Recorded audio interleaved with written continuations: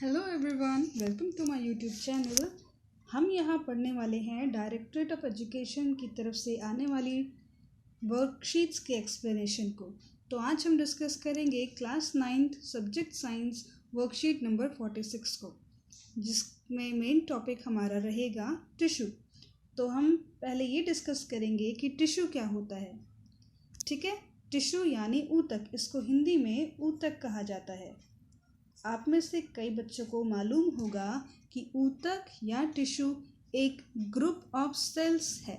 यदि बहुत सारे सेल्स को, बहुत सारी कोशिकाओं को एक ग्रुप में देखा जाए, जब वो एक ग्रुप में काम कर रही हैं और सारी ही कोशिकाएं, सारे ही सेल्स मिलकर कोई एक स्पेसिफिक, कोई एक पर्टिकुलर काम कर रहे हैं। जैसे हम मान लेते हैं ये ग्रुप ऑफ सेल्स है, ये कोशिकाओं का एक गुच्छा है और ये सारा समूह मिलकर कोई एक ही काम कर रहा है, तो ऐसे समूह को हम ऊतक या टिश्यू बुलाते हैं। तो आपको इतनी बात समझ आ गई होगी कि टिश्यू क्या होता है।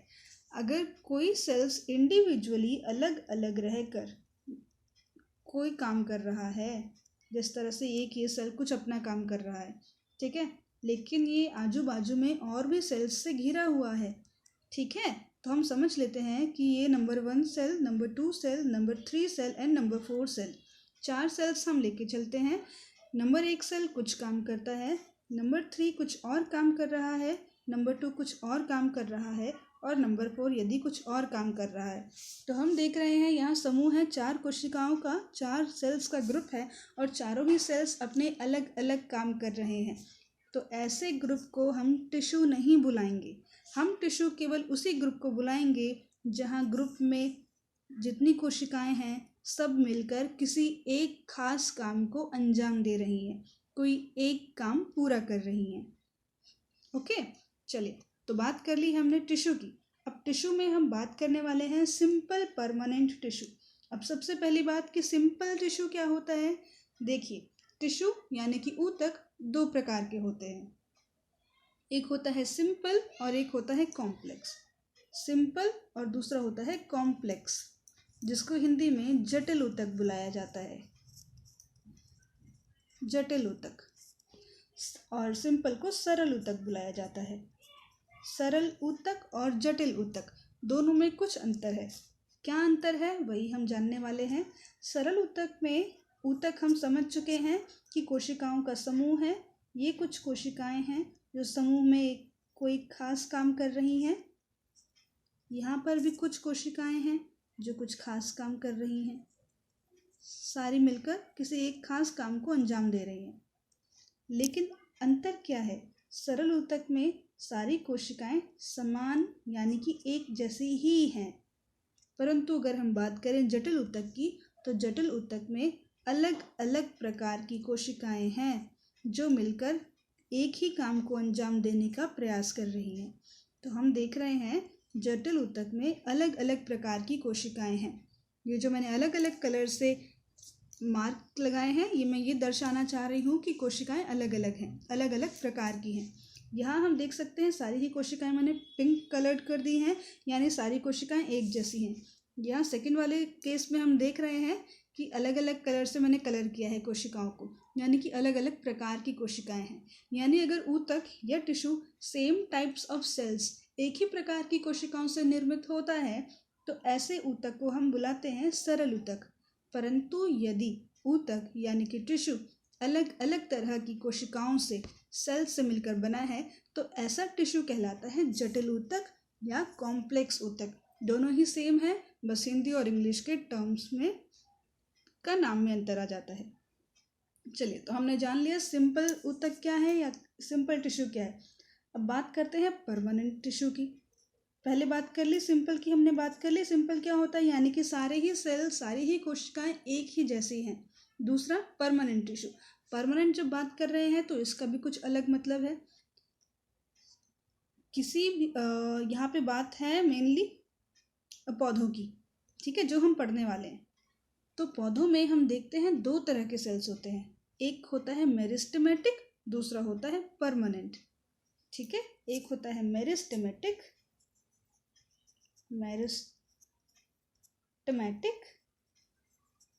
and another is permanent.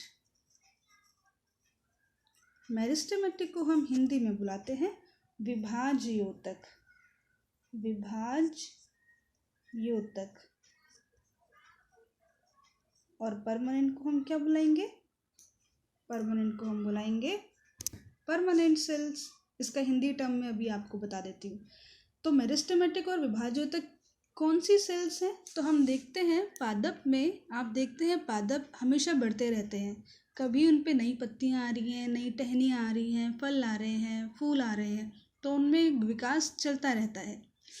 तो ये जो विकास लगातार हम पौधों में देख रहे हैं, ये कुछ खास ऊतक की वजह से है, जो है मेरिस्टेमेटिक टिश्यू, या बोलें तो हिंदी में बोलें तो विभाज्योतक। तो ये विभाज्योतक और मेरिस्टेमेटिक सेल्स कुछ खास सेल्स हैं जो हमेशा डिवाइड करके नए सेल बनाते रहते हैं, नई कोशिकाओं को जन्म देते हैं। मान लीजिए ये एक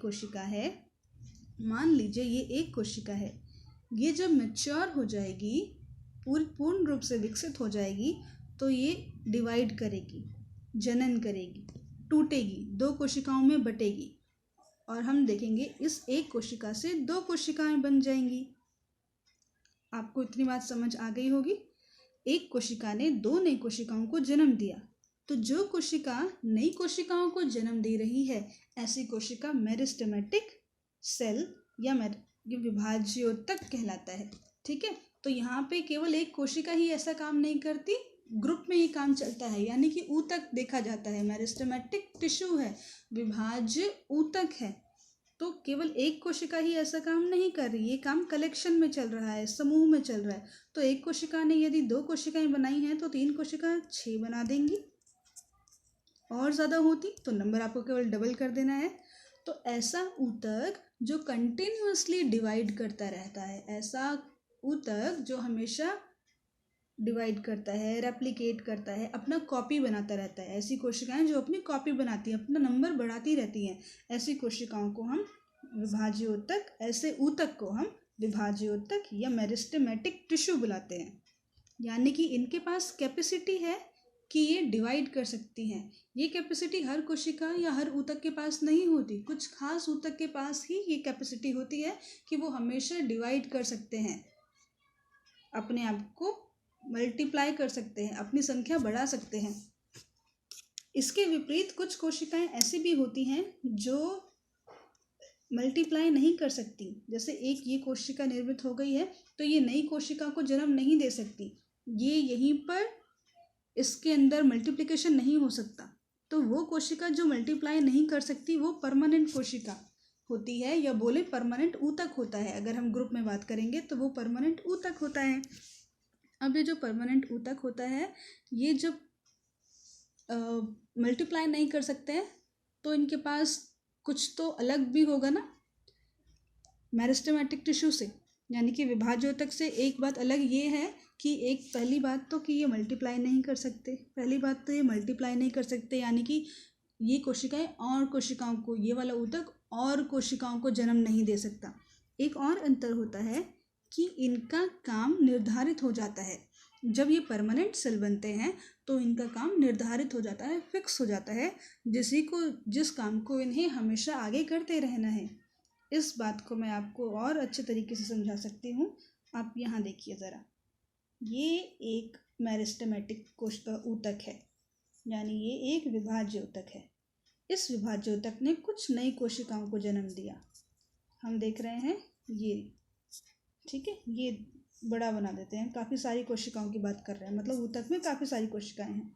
तो यहाँ से हमको काफ़ी सारी कोशिकाएं, नई कोशिकाएं देखने को मिल रही हैं, जिनका जन्म हुआ है इस मेरिस्टेमेटिक ऊतक से, यानी कि विभाज्य ऊतक से।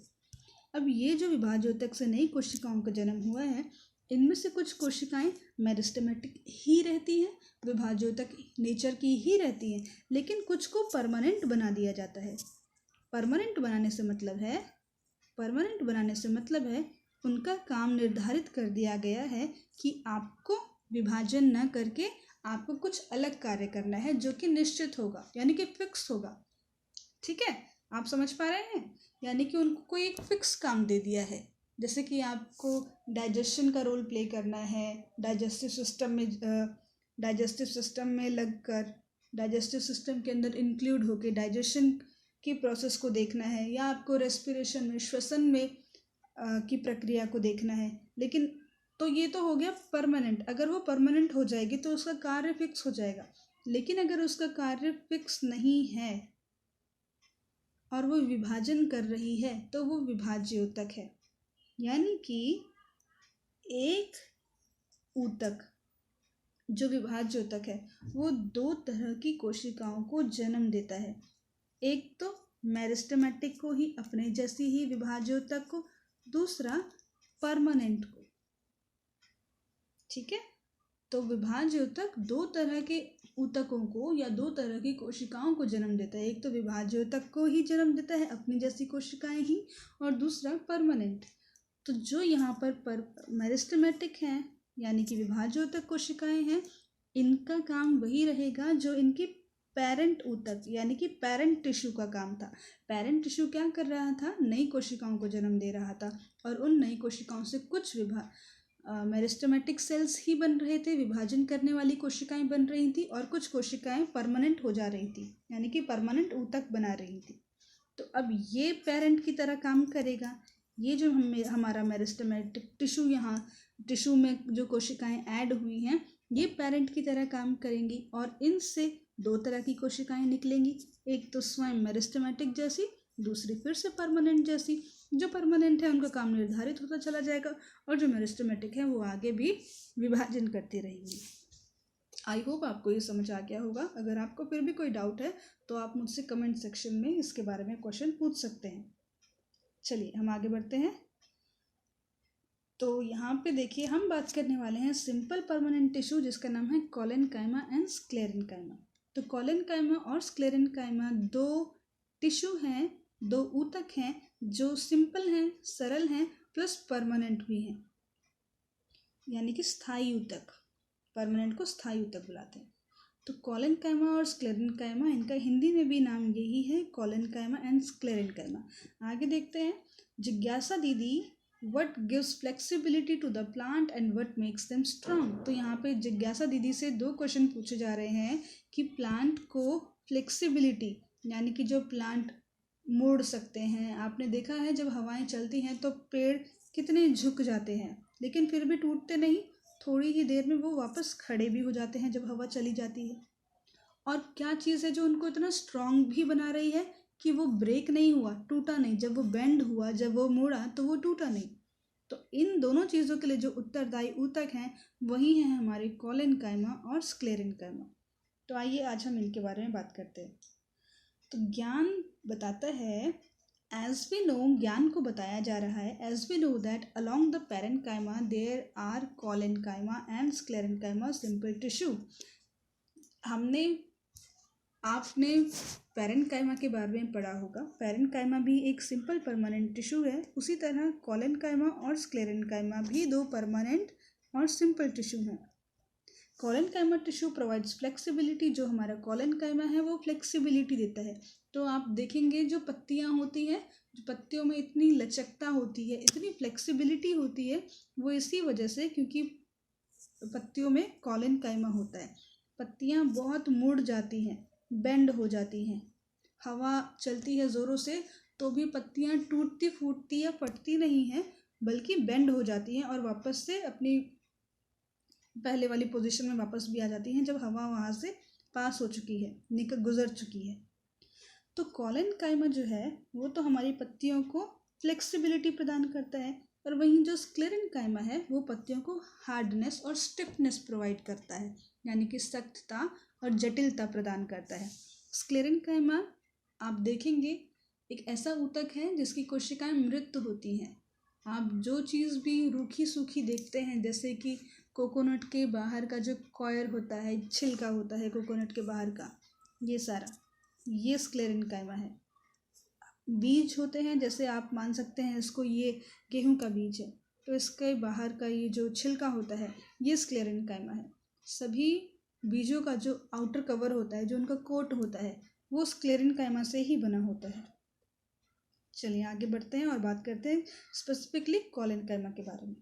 तो collenchyma it can be observed in a cross section of leaf. Stocks below the epidermis. तो कोलेनकाइमा को हम एपिडर्मिस के नीचे देख सकते हैं। अभी एपिडर्मिस क्या है? ये अगर एक प्लांट सेल है, आप देख सकते हैं ये बहुत सारे प्लांट सेल्स दिखाए गए हैं यहाँ पे। तो ये प्लांट सेल्स है।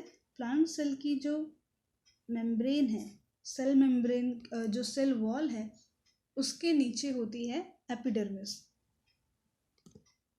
एपिडर्मिस बाहरी लेयर होती है। Cells of this tissue are living and elongated. इस ऊतक की जो कोशिकाएं हैं वो एपिडर्मिस के नीचे पाई जाती हैं। ये देखिए यहाँ पे आपको चित्र में समझाया गया है। इस चित्र में इस कोलेनकाइमा की जो पोजीशन है, पहली बात वो एपिडर्मिस के नीचे देखी जाएगी। एपिडर्मिस के नीचे यहाँ पे कोलेनकाइमा की कोशिकाएं, कोलेनकाइमा ऊतक की कोशिकाएं देखी जाएंगी। सेकंड, इसकी कोशिकाएं जीवित हैं। जैसे अभी मैंने थोड़ी देर पहले बोला स्क्लेरेनकाइमा की कोशिकाएं मृत हैं, लेकिन कोलेनकाइमा की कोशिकाएं जीवित हैं और एलोंगेटेड हैं, लंबी सी हैं। Cell walls are irregularly thickened at the corner due to deposition of pectin in its. इसमें जो सेल वॉल है, सेल वॉल के बीच में पेक्टिन के भराव की वजह से बीच बीच में डिपोजिशन देखा जाता है। There is very little intercellular space in them. इसीलिए दो कोशिकाओं के बीच में, कोलेनकाइमा जो हमारा ऊतक है, कोलेनकाइमा के दो कोशिकाओं के बीच में गैप बहुत कम होता है। यहाँ पे पेक्टिन का भराव होता है।